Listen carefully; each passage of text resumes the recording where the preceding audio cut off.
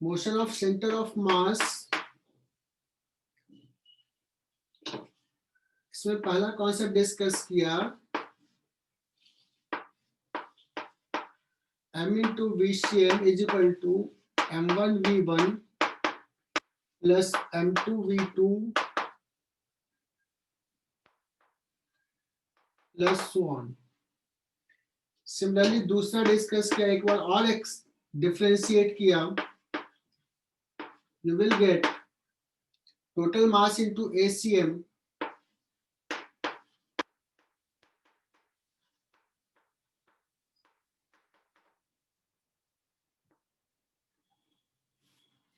मतलब ये निकालना है तो m1 a1 plus m2 a2 ये कर लिया, ये हो गया एक्सेलेरेशन ऑफ सेंटर ऑफ मास।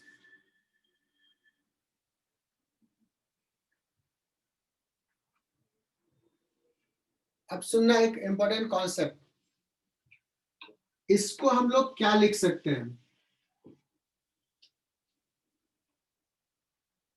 इसको हम लिख सकते हैं this is net force on F1, sorry net force on particle 1। इसको क्या लिख सकते हैं, net force on particle 2। Net force सारे फोर्सेस का summation and so on. Total mass into ACM इतना है। बहुत इंपॉर्टेंट चीज पढ़ रहे हैं,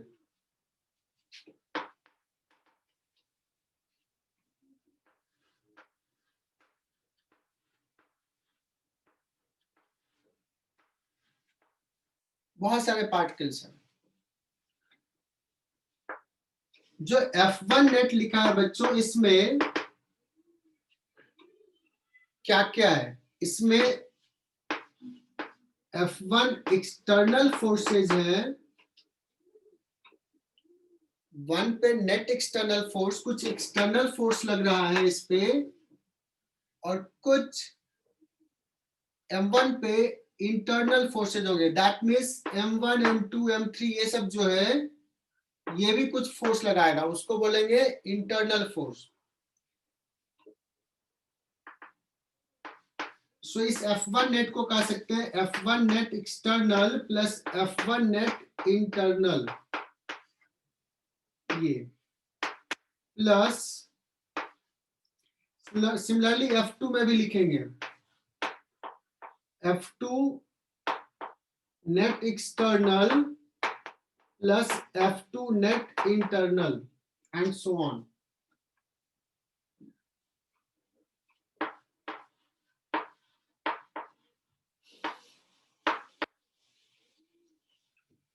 एक बहुत इंपॉर्टेंट रिजल्ट पे भी पहुंचेंगे, सारे एक्सटर्नल फोर्सेज को ना एक साथ लिख लो। 1 पार्टिकल पे जितना एक्सटर्नल फोर्स लग रहा है प्लस 2 पार्टिकल पे जितना एक्सटर्नल फोर्स लग रहा है, सारे external force plus so on, plus F1 internal plus F2 internal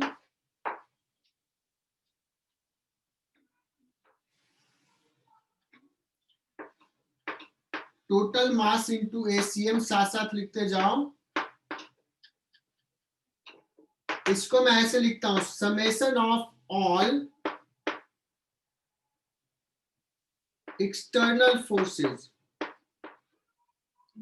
1 particle पे सारे एक्सटर्नल फोर्सेस, 2 पार्टिकल पे सारे एक्सटर्नल फोर्सेस, प्लस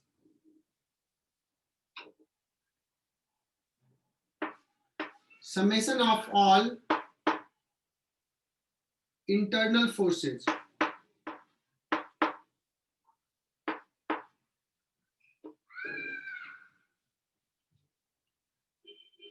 और मैं अभी ये प्रूफ करूंगा कि this will come out as 0, ये हमारा टारगेट, ये हो जाएगा।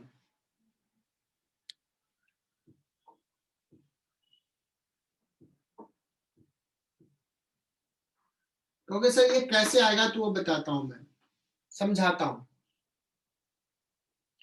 जब हम वन पार्टिकल का लिख रहे हैं सारे इंटरनल फोर्सेस, तो वन पार्टिकल पे जो फोर्स लगाया है two particle, force on one by particle two ये लिखेंगे, plus force on particle one by particle three ये भी लिखेंगे, प्लस सो ऑन। कब लिखेंगे बच्चों? F1 इंटरनल में लिखेंगे। जब हम 2 की बात करेंगे तो F2 इंटरनल में कौन कौन सा फोर्स आएगा? F2 इंटरनल में फोर्स ऑन 2 बाय पार्टिकल 1 आएगा, plus force on 2 by particle 3 आएगा, प्लस सो ऑन। ये देखने में तुम्हें टफ लगेगा, बट बहुत ज्यादा टफ नहीं है, दूसरी बार देखोगे तो बहुत इजीली समझ में आएगा। अब इसमें ये भी फोर्स ऐड है, ये भी फोर्स ऐड है, मतलब देखो कि हम इसको और इसको ऐड कर रहे हैं, और ये दोनों जस्ट अपोजिट डायरेक्शन में है कि नहीं? न्यूटन्स थर्ड लॉ से जितना 1 पे 2 लगाएगा, 2 पे भी 1 उतना ही अपोजिट डायरेक्शन में लगाएगा। सो ये पेयर वाइज कैंसिल हो जाएगा। सिमिलरली जब F3 लिखेंगे इस पे, तो इसके साथ इसका कैंसिल हो जाएगा। In fact now you can understand कि जितने भी इंटरनल फोर्सेज है वो सब पेयर वाइज है, तो ये सब कैंसिल हो जाएगा और कैंसिल होकर ऐड होकर 0 हो जाएगा। इसलिए जब हम सिस्टम की बात करते थे न्यूटन्स लॉ में, जब हम सिस्टम लेते थे तो इंटरनल फोर्सेज को नहीं लेते थे, वहां भी समझाया था कि दोनों को लेंगे कैंसिल हो जाएगा। So very very important conclusion पे पहुंच रहे हैं, बहुत इंपॉर्टेंट कंक्लूजन पे।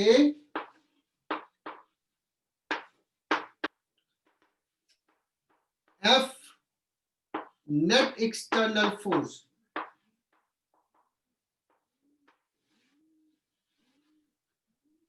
नेट लिखने की जरूरत नहीं, सिंपली F भी लिख दिया। सिस्टम पे सारे एक्सटर्नल फोर्सेस का summation that is equal to M into ACM। This implies acceleration of center of mass depends only upon external forces, it does not depend upon internal forces। सिस्टम का centre of mass का acceleration internal forces से change नहीं होगा। Internal forces can not cause acceleration of centre of mass. Are you getting my point? So this is very very important point जो हम discuss किए, इसको लिख लो।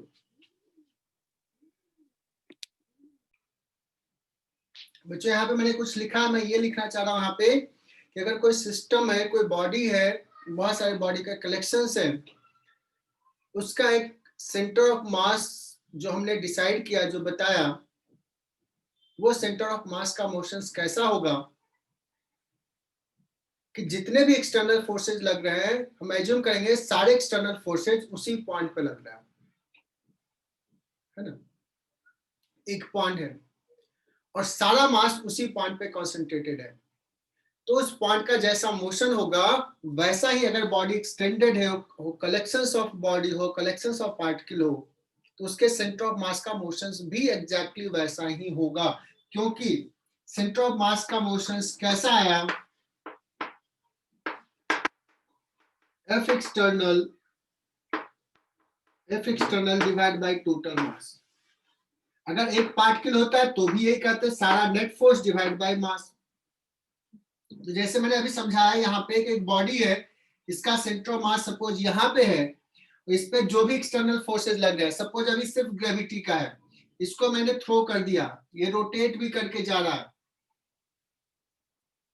तो अलग अलग पॉइंट का मोशंस बहुत कॉम्प्लिकेटेड होगा, रैंडम ओरिएंटेशंस करके थ्रो कर दिया, जैसे ये बॉडी है, ऐसे ऐसे ऐसे घूमते हुए जा रहा है। लेकिन जो सेंटर ऑफ मास है उसका पाथ एग्जैक्टली ये प्रोजेक्टाइल वाला पाथ होगा। मतलब सारा मास को यहाँ कॉन्सेंट्रेटेड मानो, mg यहाँ लग रहा है, इसका वेलोसिटी यही है, प्रोजेक्टाइल ऐसा पाथ होगा, बहुत ही स्मूथ पाथ है, जिग जैग वाला नहीं होगा, बट डिफरेंट पार्टिकल का जिग जैग हो सकता है। तो मैं फिर से बोल रहा हूं कि अगर सेंटर ऑफ मास का एक्सेशन पूछ रहा है किसी भी केस में, तो सिंपल सा आंसर होगा net external force vector summation divided by total mass on the system, total mass of the system.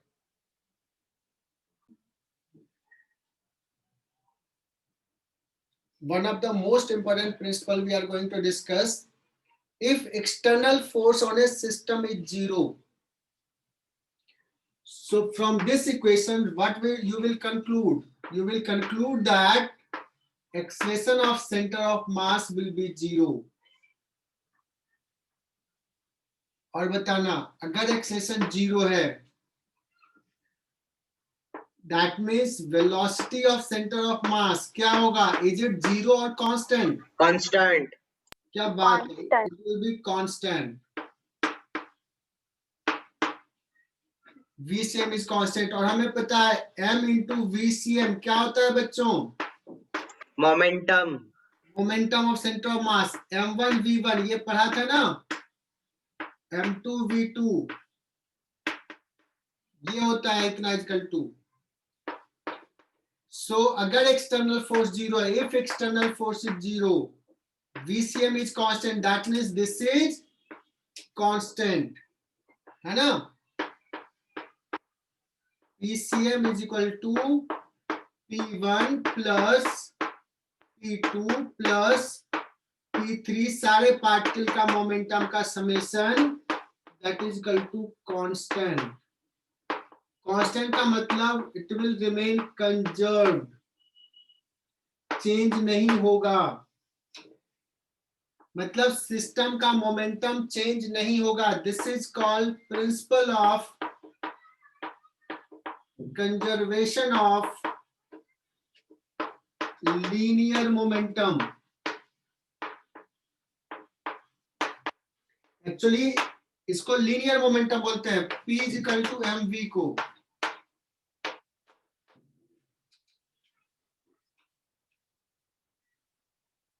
सो ये one of the most important principle है फिजिक्स का, सबसे इंपॉर्टेंट कह सकते हैं कि अगर सिस्टम पे एक्सटर्नल फोर्स जीरो है तो सिस्टम का लीनियर मोमेंटम कंजर्व रहेगा, सिस्टम का लीनियर मोमेंटम चेंज नहीं होगा।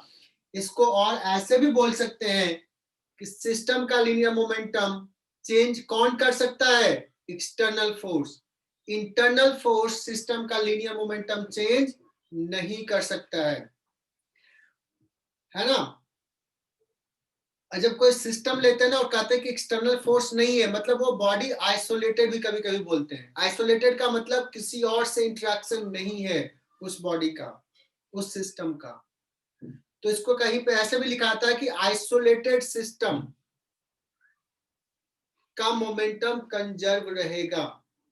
Isolated means the system has no interaction with the other bodies, outside bodies.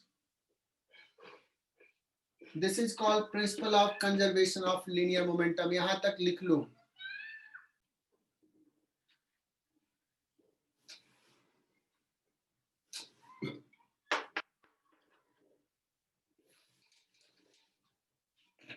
अभी देखो हमने principal of conservation of linear momentum discuss किया, इसी को थोड़ा और एक्सप्लेन करते हैं।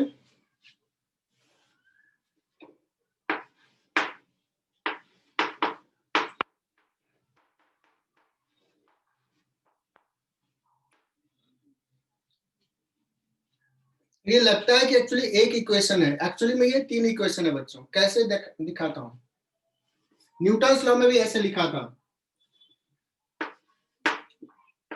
Fx external I cap plus y external j cap plus fz external k cap.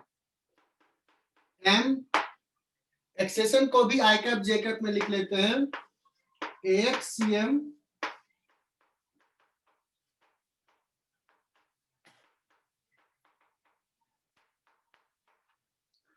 बता, इसको ऐसे लिख सकते हैं वेक्टर फॉर्म में.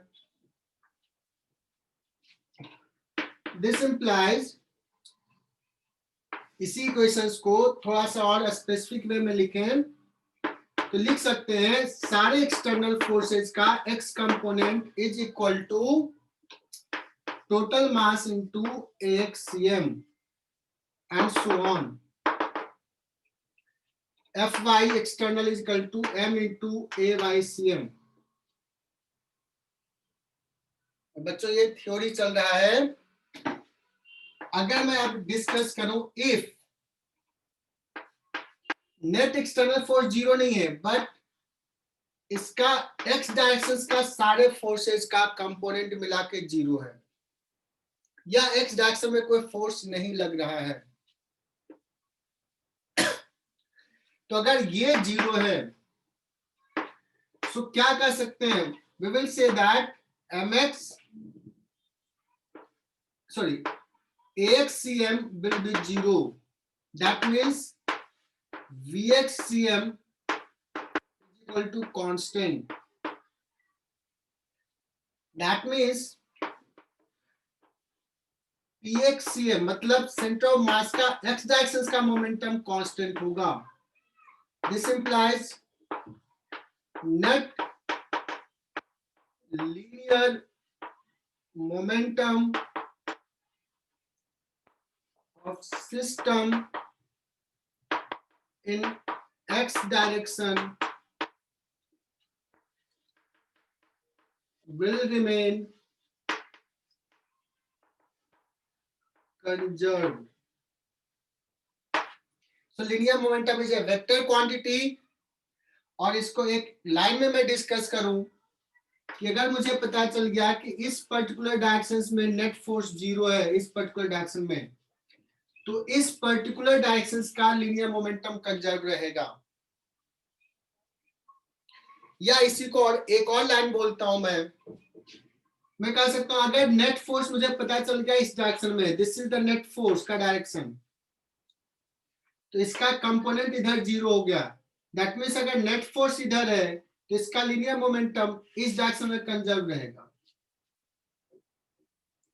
लेकिन कोई कहेगा सर नेट फोर्स इधर कुछ है तो इस डायरेक्शन में क्या लीनियर मोमेंटम कंजर्व रहेगा इस डायरेक्शन में? Then you will say that no, because अगर नेट फोर्स इधर है तो इसका कंपोनेंट इधर है, सो इस डायरेक्शन का मोमेंटम कंजर्व नहीं रहेगा. क्या ये सारी बातें क्लियर हुई? सब इस पे हम कुछ सवाल करते हैं.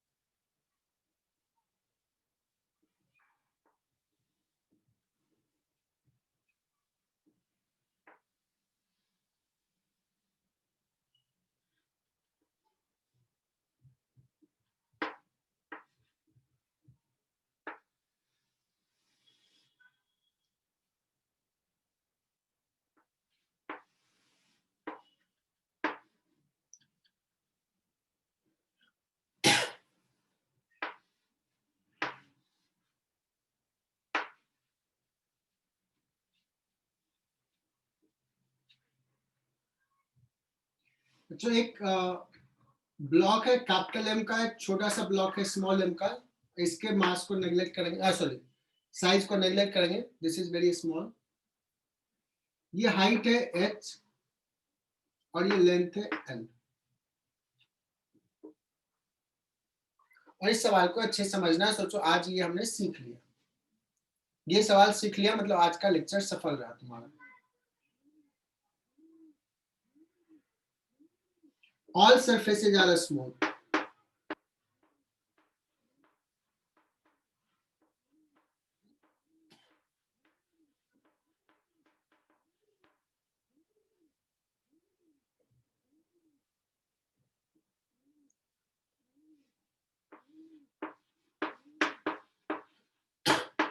System is released from rest.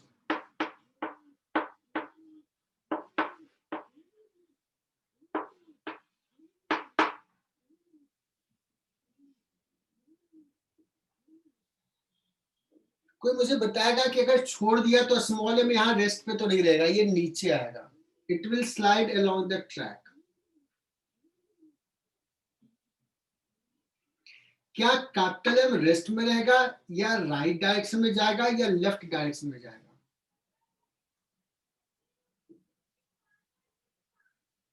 Left जाएगा। लेफ्ट जाएगा।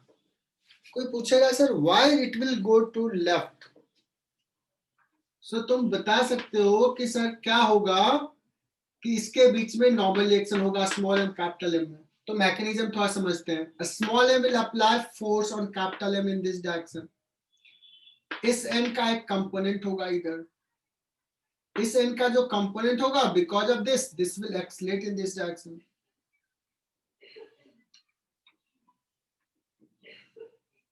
और ऐसे बहुत सारे सवाल तुम्हें मिलेंगे जहां पे ये पूछ सकता है इस सवाल में कि जब स्मॉल एम नीचे यहां पहुंच गया बॉटम ऑफ दिस ब्लॉक जिसका ये लेंथ है एल, तो उतने देर में ये कैपिटल एम कितना डिस्टेंस इधर गया होगा। तो पहला सवाल,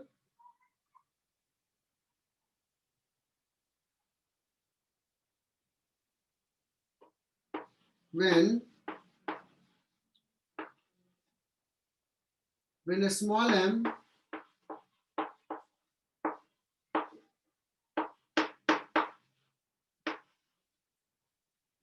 bottom of capital M, what will be displacement of capital M?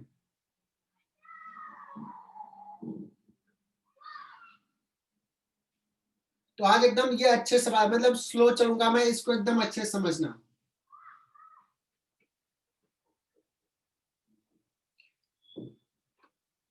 और भी सवाल लिखता हूं।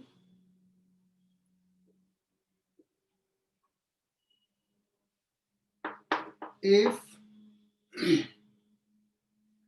small m have velocity v naught when reach bottom capital M, what will be velocity of capital M at that instant? What will be velocity of capital M at this instant? ये just समझने के लिए, concept clear करने के लिए, ये v naught है इसका वेलोसिटी।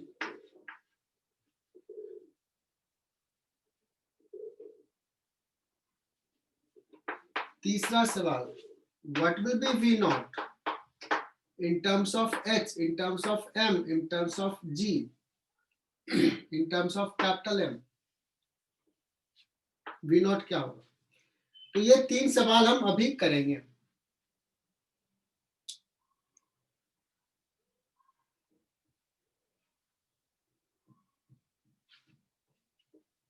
कॉन्सेप्ट क्या वो डिस्कस करते हैं।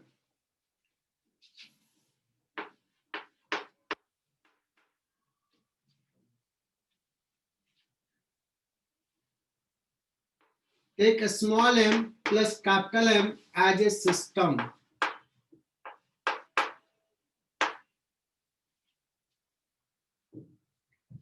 एक्सटर्नल फोर्सेस सिस्टम पे कौन कौन सा है?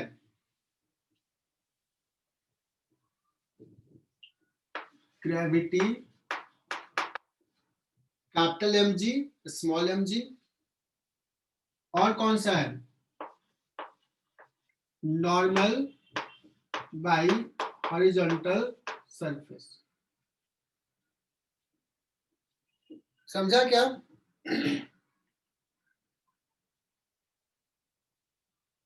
और कोई एक्सटर्नल फोर्स सिस्टम पे है क्या? इन दोनों का नॉर्मल तो इंटरनल हो जाएगा। ये स्मूथ सरफेस है, फ्रिक्शन भी नहीं है। ये दोनों ये दोनों किस डायरेक्शन में है?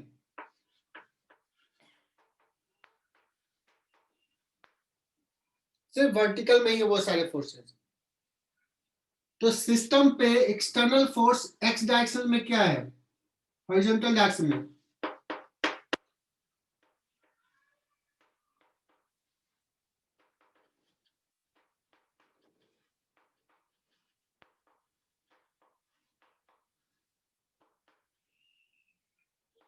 Is it zero?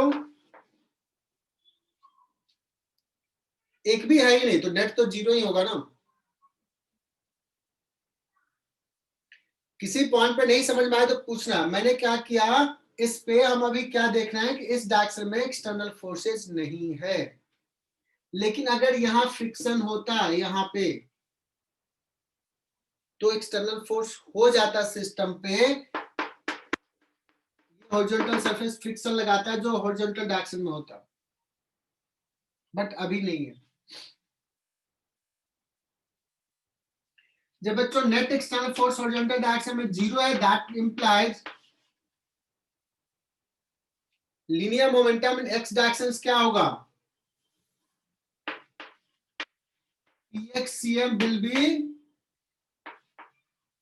constant.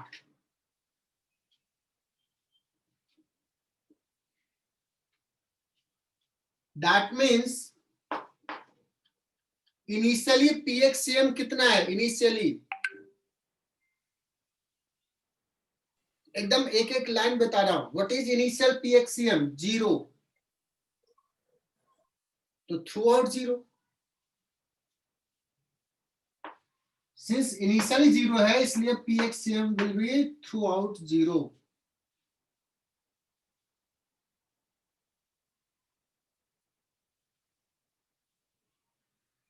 pxcm का मतलब vxcm is equal to zero.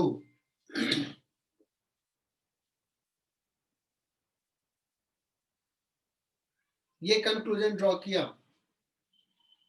X direction का सेंटर ऑफ मास का वेलोसिटी जीरो है। जब एक्स डायरेक्शन में सेंटर ऑफ मास मूव ही नहीं कर रहा है तो एक्स डायरेक्शन में सेंटर ऑफ मास का डिस्प्लेसमेंट कितना होगा? जीरो। मतलब सेंटर ऑफ मास का displacement along x direction will be zero, delta x c m will be zero. क्या ये कंक्लूजन पूरा समझ में आया? डेल्टा एक्ससीएम जीरो ये समझ में आ गया। इसको मिटा रहा हूं, ये लिखा हुआ पार्ट।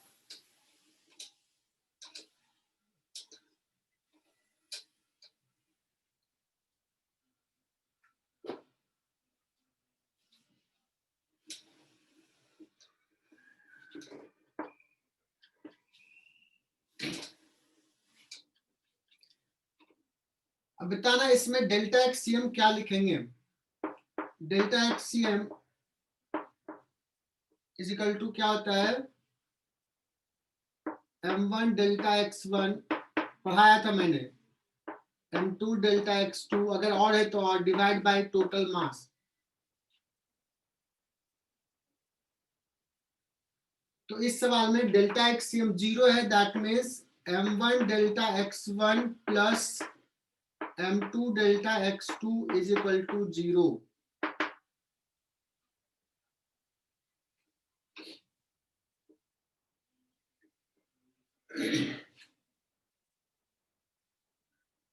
देखना कितना अच्छा सवाल पे आ रहे हैं। जब स्मॉल एम यहां से यहां पहुंचा तो लेट्स कैपिटल एम, मान लेते हैं कैपिटल एम इधर चला गया है, एक्स डिस्टेंस इधर चला गया। अब ये समझने वाली चीज है, जब small M bottom most point पहुंचा तब तक कैपिटल एम यहां से यहां चला गया, कैपिटल एम का डिस्प्लेसमेंट ये है। m1 हो गया कैपिटल एम और डेल्टा x1, तो ये x इधर आया तो डायरेक्शंस के साथ लिखना है। इस डायरेक्शंस को अगर पॉजिटिव लिखोगे, इस डायरेक्शंस को पॉजिटिव लिखोगे, इसको नेगेटिव, तो माइनस एक्स, एक्स इधर प्लस m2 हो गया स्मॉल एम। m2 कितना डिस्टेंस गया है इधर, इज इट l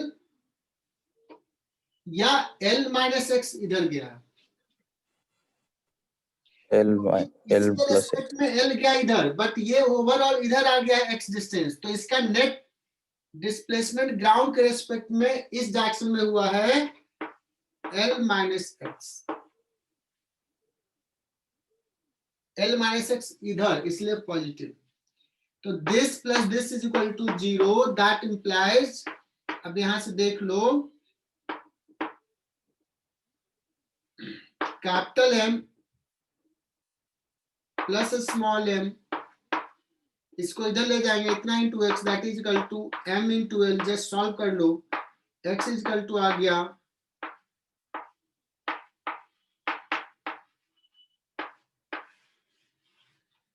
मैंने बहुत स्लोली बताया, बहुत धीरे बताया, बिकॉज इस पे बेस्ट बहुत सारे सवाल होंगे, एक एक पॉइंट डिस्कस किया। तो अब इसमें अब दूसरा सवाल सॉल्व करते हैं, जो दूसरा पूछा था। दूसरा सवाल ये पूछा था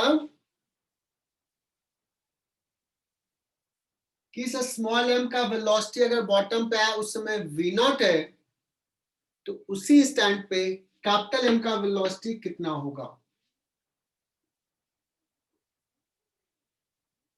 सो हम इस सिस्टम की बात करते हैं, फिर से वही जो हमने डिस्कस किया पिछले सवाल में, किस पे external force in x direction 0, x direction में मोमेंटम कंजर्व रहेगा, linear momentum in x direction will remain conserve as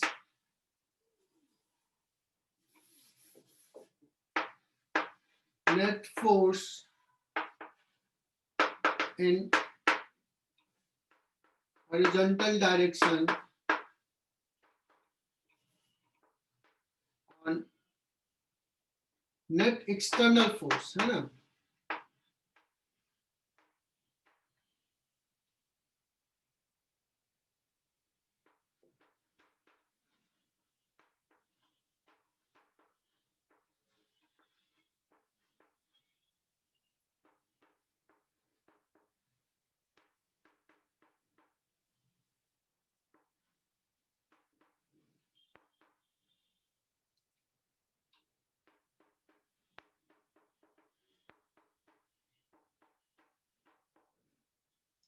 initially पीएक्सीएम क्या है, 0, रेस्ट से रिलीज किया है, सो पीएक्सीएम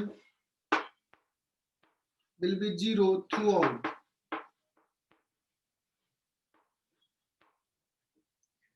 अब मान लो कि let velocity of capital M is v1 towards left at this instant,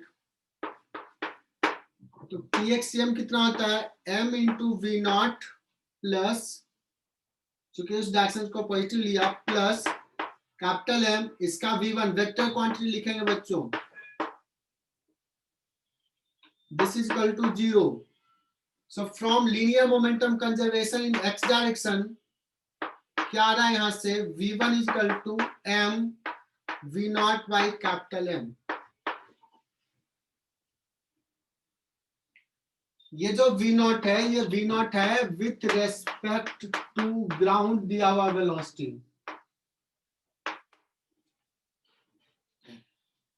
क्या ये सवाल क्लियर?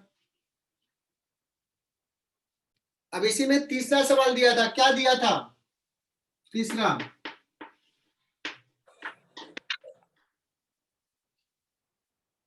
वी नॉट क्या है? तो सर वी नॉट कैसे निकालें?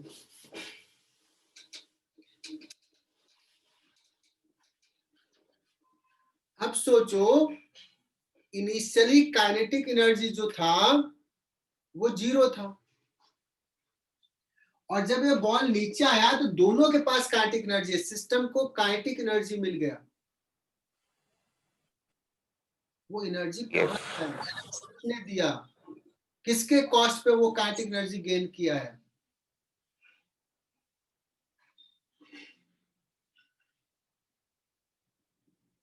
कुछ चेंज हुआ है क्या? पोटेंशियल एनर्जी कुछ चेंज हुआ है क्या?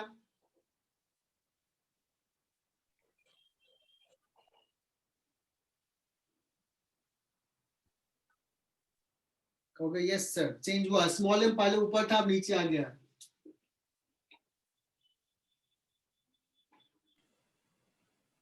और ये डिस्टेंस हमने दिया था, ये डिस्टेंस जो है वो दिया हुआ था h। अब करोगे फ्रॉम वर्क एनर्जी थ्योरम कर सकते हो, या फ्रॉम मैकेनिकल एनर्जी कंजर्वेशन। देखो अब वर्क पावर एनर्जी आ गया बच्चों, देखो हमने कहा था ये हर चैप्टर में यूज आएगा।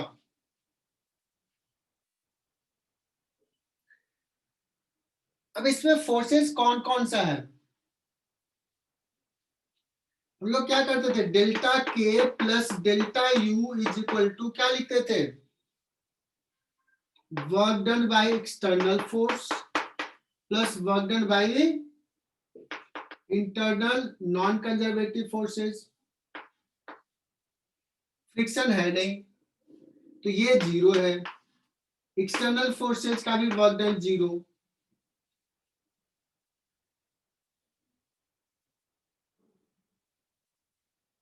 तो ये मैकेनिकल एनर्जी कंजर्व रहेगा, तो डेल्टा के plus delta U is equal to 0। What is delta K? Final m half m v not square, ये है फाइनल, इसका भी कुछ फाइनल है।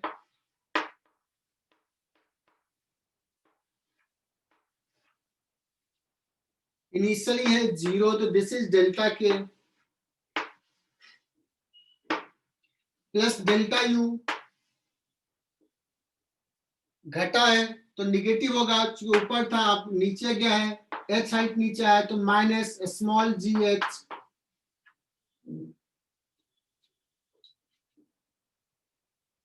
नीचे आया है ना, इनिशियल ज्यादा फाइनल कम, निगेटिव हो जाएगा, इतना तो समझ में आता है। और दिस इज इक्वल टू 0, तो क्या क्वेश्चन आ जाएगा? Half m v not square plus half capital M v1 square. इस mgh को इधर लेके चले जाते हैं, बिकॉज कैपिटल M का तो सेंटर ऑफ मास चेंज नहीं किया, ऊपर नीचे नहीं गया, इसी लेवल पे है, तो इसका पोटेंशियल एनर्जी चेंज नहीं हुआ, सिर्फ इसका हुआ। अब इस इक्वेशंस में देखोगे v नॉट निकालना है बट v1 भी है, तुम कहोगे सर हमने इसके लिए ऑलरेडी काम कर चुके हैं, ये v1 निकाल चुके हैं।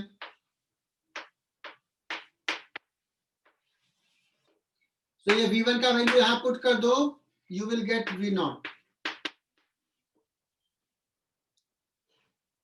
बताओ ये मजा आया कि नहीं? ये बेसिक सा में बच्चों ये समझ में आना चाहिए। तो एक सवाल लेते हैं और इसी पे, सपोज तुम लोग पिकनिक मनाने कहीं पे गए जहां पे बोटिंग है, बोटिंग होता है, वहां पे एक बोट लिया तूने और क्या किया, एक दोस्त आयुष यादव सपोज यहां बैठा है,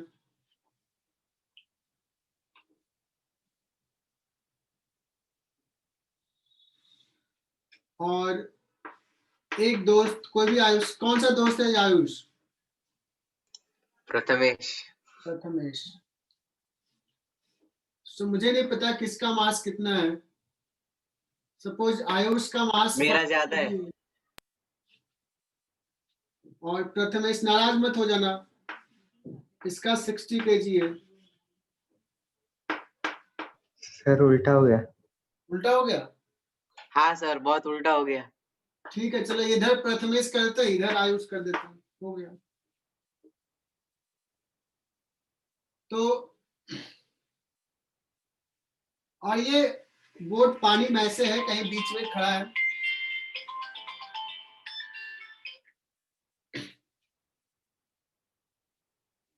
और बोट का मास भी ले लेते हैं, सपोज 20 kg ले लिया, और ये डिस्टेंस सपोज है 4 मीटर। दोनों दूर दूर बैठे थे। अब इनको मन किया कि रातें थोड़ा गले मिलते हैं, है ना।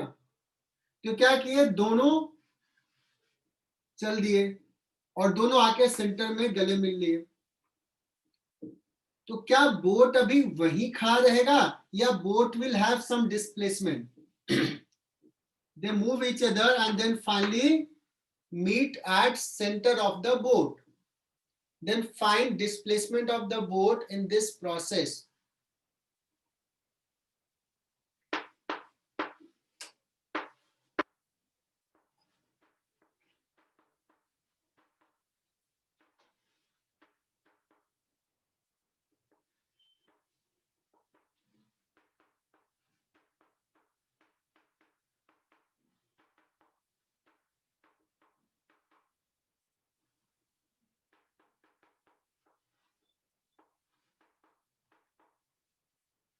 वो डिसाइड किया और फिर मिल भी गए।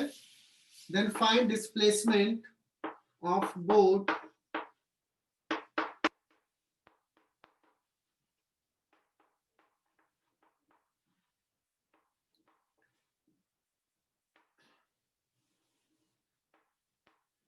neglect force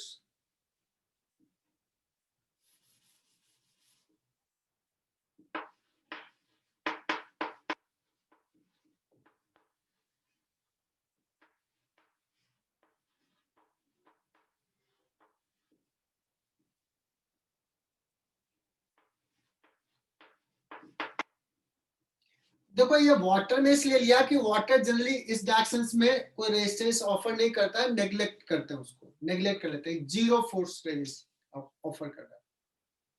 अगर तुम ग्राउंड पे बोट को रख दोगे तो फ्रिक्शन फोर्स होगा इसके लिए।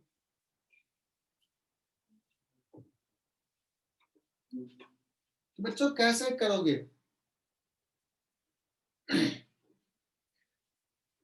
अब सुनना,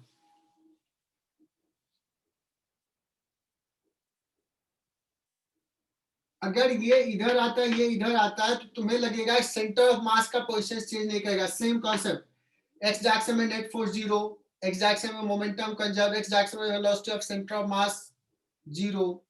सो फाइनली कहेंगे delta XCM is equal to zero. Can you guess कि बोट किधर मूव करेगा? ये जो हैवी मास है जिसका वेट थोड़ा ज्यादा है वो इधर आया तो बोट इधर जाएगा। So let's this boat goes in this direction by distance x. तो बोट का सेंटर यहां पहुंच गया। तो एक्चुअली में ग्राउंड के रेस्पेक्ट में आयुष ने कितना चला, 2 मीटर या 2 ग्राउंड के रेस्पेक्ट में 2 माइनस एक्स या 2 plus x? 2 minus x. 2 minus x. तो मैं लिखूंगा डेल्टा एक्सएम क्या रहता है, m1 delta x1 plus m2 delta x2 plus m3 delta x3। इसमें 3 आ गया बच्चों, that is equal to 0। m1 ले लेते हैं आयुष को मास को, तो इसको लिखते हैं 60 और ये चला है 2 माइनस एक्स इधर, 2 माइनस एक्स, लेकिन किधर, इस तरफ को निगेटिव लेते हैं तो ये माइनस, प्लस m2 ले लेते हैं बोट को, तो बोट का मास भी 20 kg दिया है, तो 20 और इधर चला है तो 20 इंटू एक्स प्लस m3 हो गया 40। ये कितना चला है ग्राउंड के रेस्पेक्ट में, 2 plus x, and this should be equal to 0।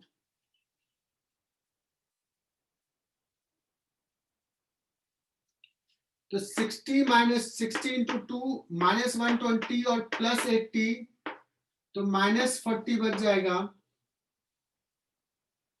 और plus minus plus 60x plus 20x plus 40x 120x. So x, this is equal to 0, so x is equal to 40 by 120, that is equal to 1 by 3 meter.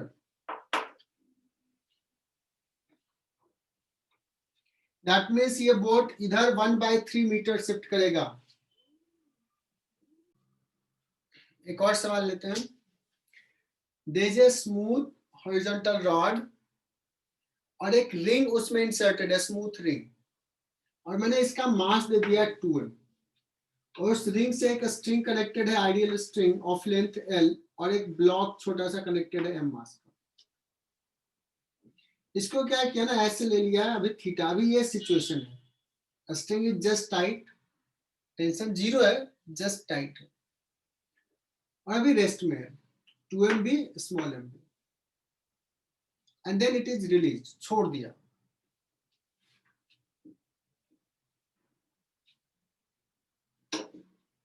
So system is released from rest.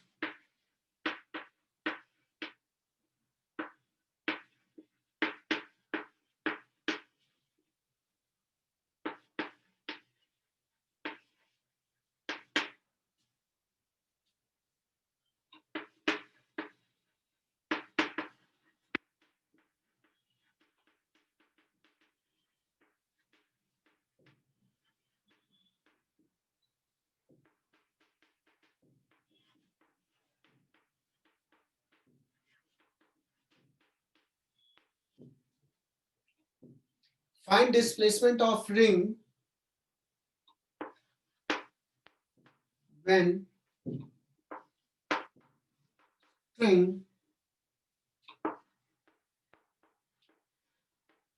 becomes vertical.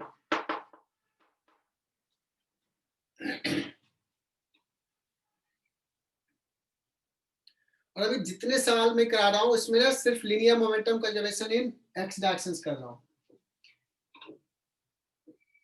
देखो इस पे smooth है, यहाँ पे कोई friction नहीं है, x direction में फोर्स नहीं है, mg है, n वर्टिकल है, स्ट्रिंग का टेंशन तो इंटरनल है. तो फिर से कहेंगे, वो सारा चीज कहेंगे जो हमने पहले बताया था. Net external force in x direction 0, linear momentum will remain conserve in x direction, Vxcm is equal to 0. So delta xcm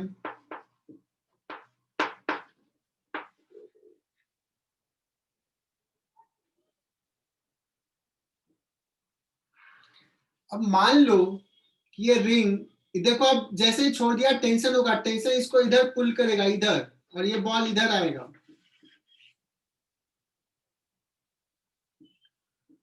So ये जब कुछ डिस्टेंस गया, सपोज x यही निकालना है,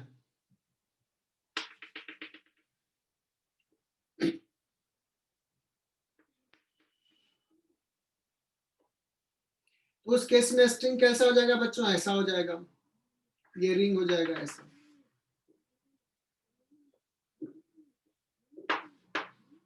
Let ring moves x distance along the rod towards right.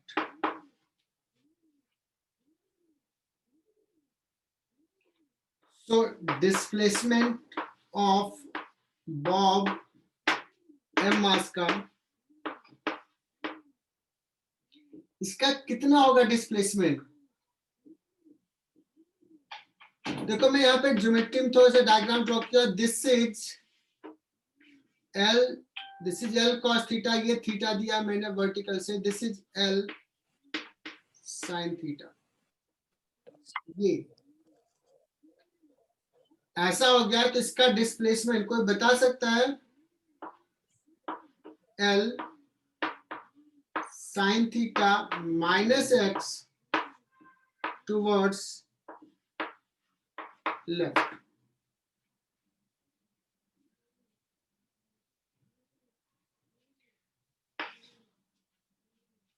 अब तो delta x C M 0, तो 2m into x positive plus small m L minus L sine theta minus x, और ये negative होगा, this is equal to 0, कर लो यहाँ पे 3mx ml sine theta x is equal to L sine theta by 3।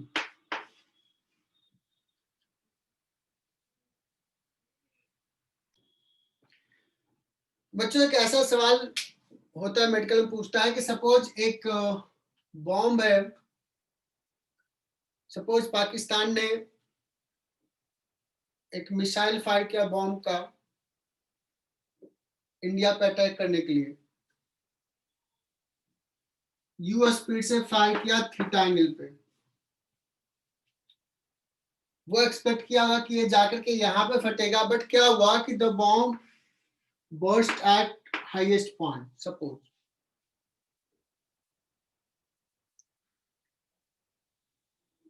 वो 3 fragment में suppose but गया,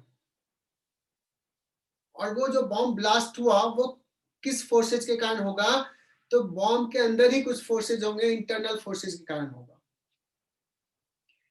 तो एट दिस मोमेंट जब वो ब्लास्ट किया है, जब वो बर्स्ट हुआ है, उसके जस्ट पहले और जस्ट बाद की बात करते हैं।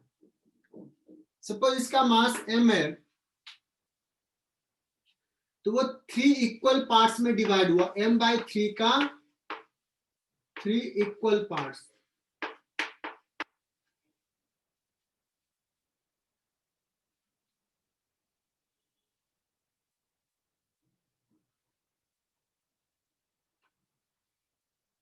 और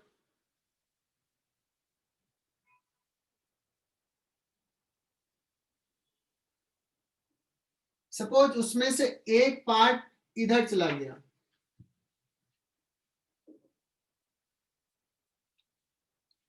एक पार्ट इधर चला गया, तो तीसरा पार्ट किस डायरेक्शन में जाएगा। Suppose one part retrace there path, ऐसे चला गया 1/2, दूसरा इधर जाएगा, तो what is the velocity of the third part.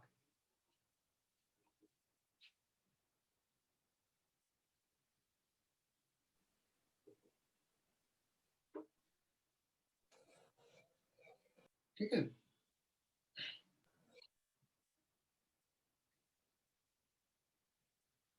तो देखो सवाल ये होता है,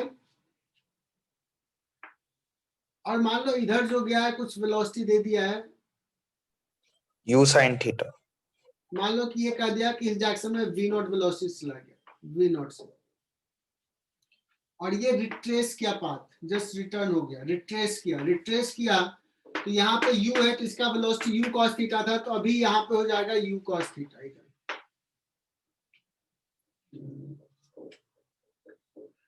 अब बताना इसका टोटल मोमेंटम, इस सिस्टम का टोटल मोमेंटम इनिशियली किधर था, इधर था,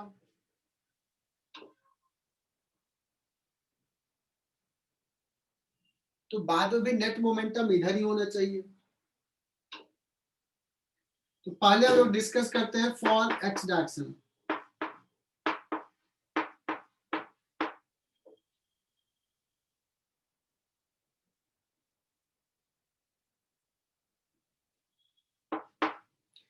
इनिशियल मोमेंटम कितना है, so m into u cos theta just before burst, initial momentum. Final support इसका तो हो गया 0, 1 का, सीधे वर्टिकली गया तो 0, दूसरे का हो गया m/3 into minus u cos theta, और प्लस तीसरे का सपोज m/3 इंटू इस डायरेक्शन में इसका वेलोसिटी हो गया Vx suppose,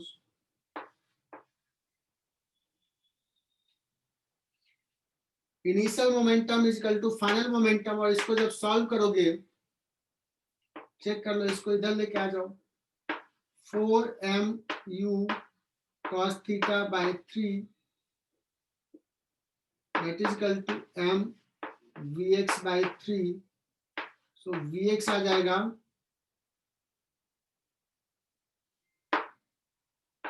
4u cos theta. For y direction,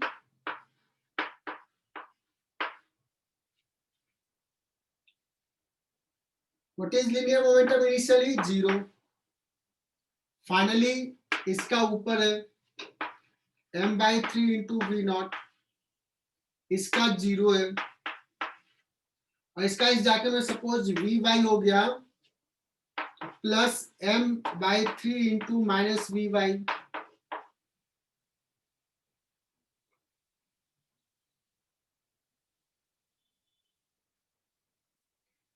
और यहां से जब सॉल्व करोगे सो vy आ गया v नॉट, दैट मीन्स इधर जाएगा ये v नॉट से और इधर जाएगा 4u cos थीटा से। समझा क्या?